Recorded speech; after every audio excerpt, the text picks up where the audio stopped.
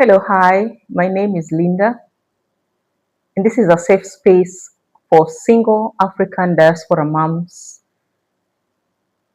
who are trying to put everything together for their children and for themselves out here. This is a safe space for us to speak freely, to share, to advise, to support, and to grow together. Now, just by saying single African diaspora mom, I know most of us are triggered because this is an experience of its own. And most of us have gone through a lot being alone in the diaspora with our children without any form of support.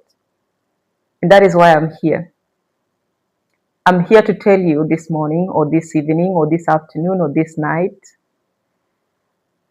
that you can do it. You can do it. You can do it. And don't feel left out. Don't feel strained. Don't feel abandoned. Don't feel left behind. You can do it. So many of us have gone before us. They have done it, which means that you can also do it. Now, the big question here is this. At what point in your life did you wake up and realize that I'm in this alone? Now, that is where the panic begins. There are some who have been prepared psychologically and they are ready. They are aware that they are going on in this on their own. But there are single African mothers who actually went abroad with their partners, with children, one child, two, even four, or even five. And you knew that this is your support person in bringing up your children. And one day you wake up, and the news is at your door. He is no longer coming back home. He is no longer coming back home. And he didn't go far. He is right next door. Now, I say this with a smile, not because it's funny. I'm saying this because I know that African single moms back in our African countries, we are so used to support systems. We are so used to having people hold our hands. We have friends everywhere. We have sisters and brothers. We have our parents. And we can even afford to hire a maid. But when you are in the diaspora, and one day you wake up to the news that he is not coming back home, he's never coming back. He is not dead. That we will talk about another day. He's still alive. But he's not coming back home. And he didn't take the children with him. He has left you with the responsibility of children in a foreign country. You have 5 kids in that house. You just gave birth to a young child, a baby who is less than 1 year, and he is not coming back home. Now, I would like to tell you first, before I mention some of the things that you do to survive this journey. First things first, do not blame yourself. It is not your fault that he woke up one day and decided not to come back home. It is not your fault that he decided not to be part of you and his children. It is not your fault. Just like you met when he was a mature person and you are a mature person, the decisions that he has made, he knows what he is doing. Therefore, I would like to tell you this, my sister. Being a single mom in the diaspora is not a joke. The hustle of waking up very early in the morning, you need to prepare these kids for school, and you need to check on the little baby. You're also supposed to prepare yourself for work, because being in the diaspora means you're not sitting around in the house. You are working. You have to be going out every single day very early in the morning and coming back late. And here you have kids. Now, one of the things that most people do not know is that in the diaspora, you cannot have a maid. And if you have to hire a maid, you must have a lot of money. And if you are to take your child to a daycare, it also needs a lot of money. And even if you have to hire somebody for a short while to babysit your child, it involves money.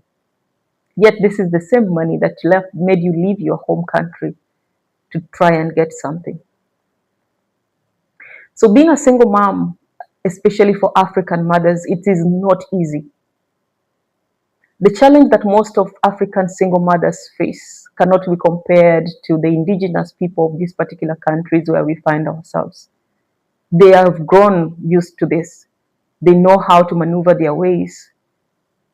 But us African mothers who back at home before we moved to a diaspora country, we had a house girl, we had our mothers or our aunties, and we could take our kids to them to look after them. But now here you are, the man that you are relying on, who at some point you'd exchange duties. Well, one is resting, another one takes over. He's suddenly leaving the house and is never coming back because he has found a young, beautiful wife or other partner. Now, I would like to share with you some of the things that I did when I landed in diaspora with my children on my own. In my case, I will tell you my story one of these days. It's a long one. One of the things that I had to do is to sit my children down. Because when I realized that the amount of tears that I cry will not bring any difference, will not make any change. The sleepless nights that I have will not bring any difference. And at the same time, I realized that my pain that I kept hanging on every single day was actually bleeding onto my children. I needed to do things differently. So I sat my children down and I decided to be very honest. And that is one of the things that you must do. You must tell your children the truth, because if you don't, you're going to have the stress of questions every single day. Mommy, where is daddy? Mommy, when is daddy coming home? Mommy, when are we going to visit daddy? Where is daddy going to? Did I do something wrong? Why is it that daddy doesn't love us anymore? Those questions, you will not be able to answer them. And the more your children ask you those questions, the more pain you will experience and you will feel, because now you are at a crossroad. You do not know how to handle your own pain of losing the man that you loved and a father to your children. And at the same time, you're facing the pain of seeing your children going through loss that they cannot explain. There are things in this world that sometimes when you try to explain them to people, they cannot understand them until they experience them. So the first thing that I would ask you to do is sit down with your children. If they're of age that you can explain things to them, sit them down. And please, when you're sitting down with your children, be gentle. Be as gentle as possible. Use the simplest language that your children can understand. Tell your children the truth. If you know that this man is never coming back, do not make your children have hopes that one day he will walk through the door. Do not make your children think that things will go back to normal next week. Do not make your children think that daddy traveled for a month and he will be coming back soon. No. Tell your children the truth. Do not go into the nitty-gritties of what really transpired and made him do whatever he has done, and and whatever caused the drift, don't.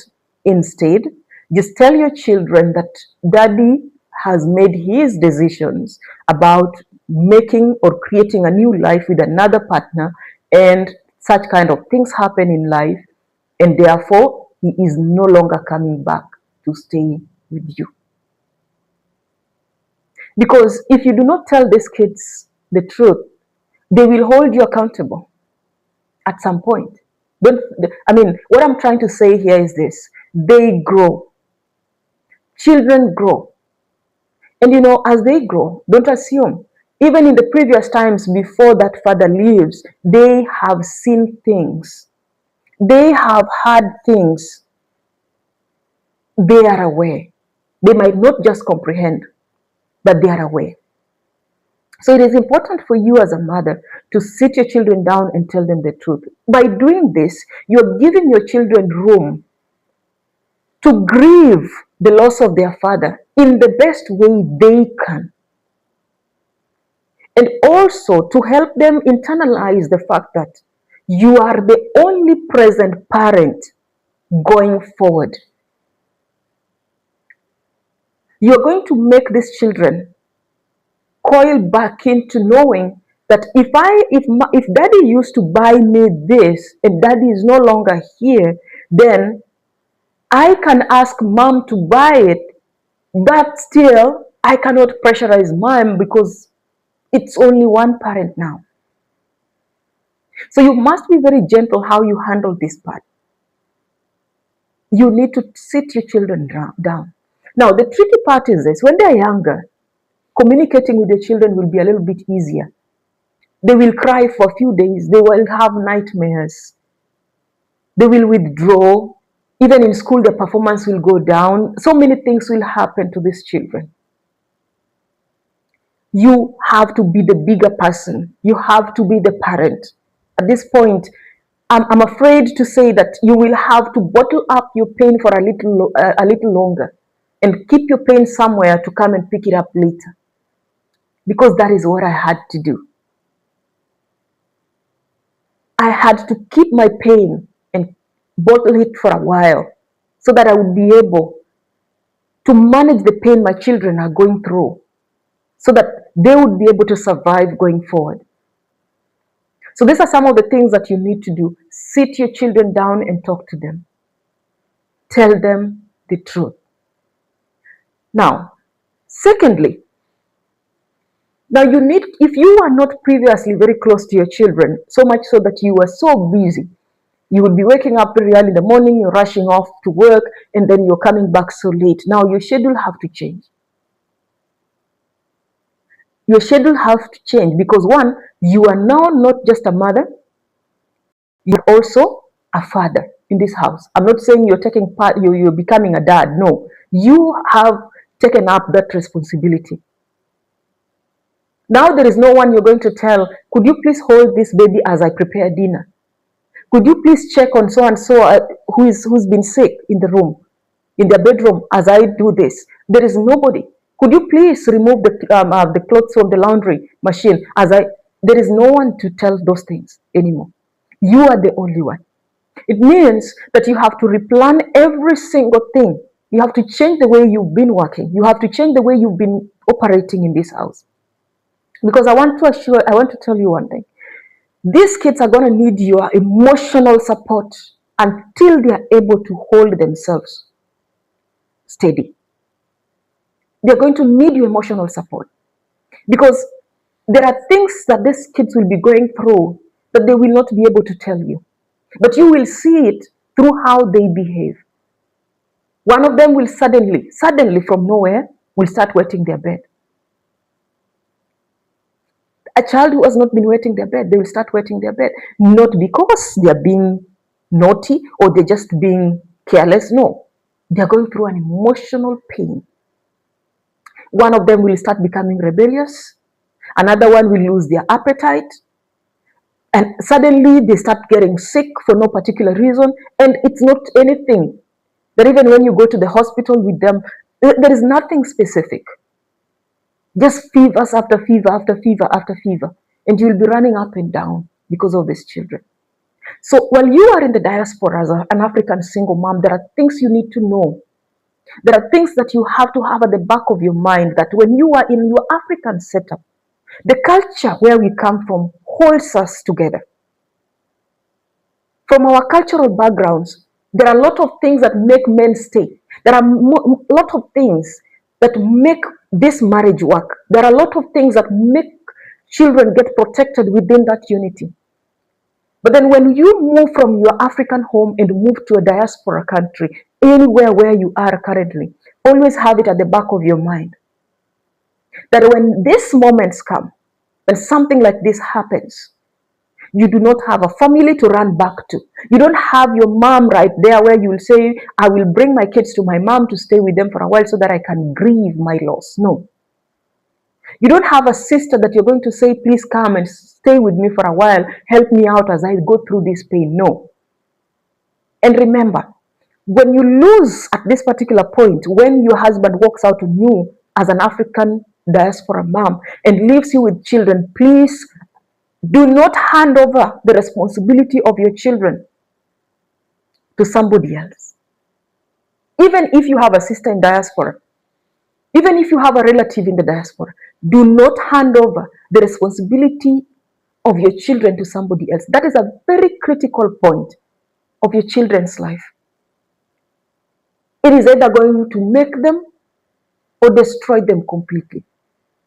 If you have teenagers, I hope you're listening to me. If you have teenagers and you're going through something with your husband and you are seeing signs that this man might walk out on you as an African diaspora mom, you better start talking to these children early. Because teenagers will look for solutions outside of that house. Teenagers will look for solutions in the wrong places.